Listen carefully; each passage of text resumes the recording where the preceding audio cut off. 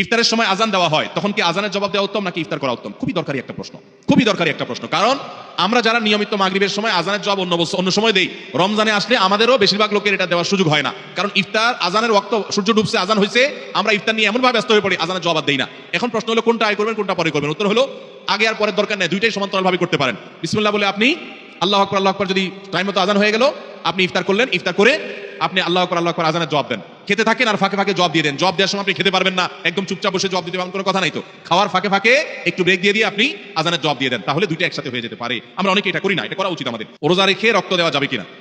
মানুষকে রক্ত দান করা সবের কাজ। কোন রোগীকে চিকিৎসার জন্য রক্ত দেওয়ার প্রয়োজন হচ্ছে, আপনি রক্ত দিতে পারবেন, কিন্তু রোজা রেখে দিতে পারবেন কিনা? উত্তর হলো যদি রোজা রেখে রক্ত দিলে আপনার রোজার কোনো ক্ষতি না হয়, আপনি দিতে পারেন।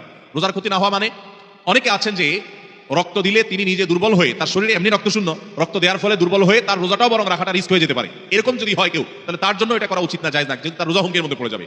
আর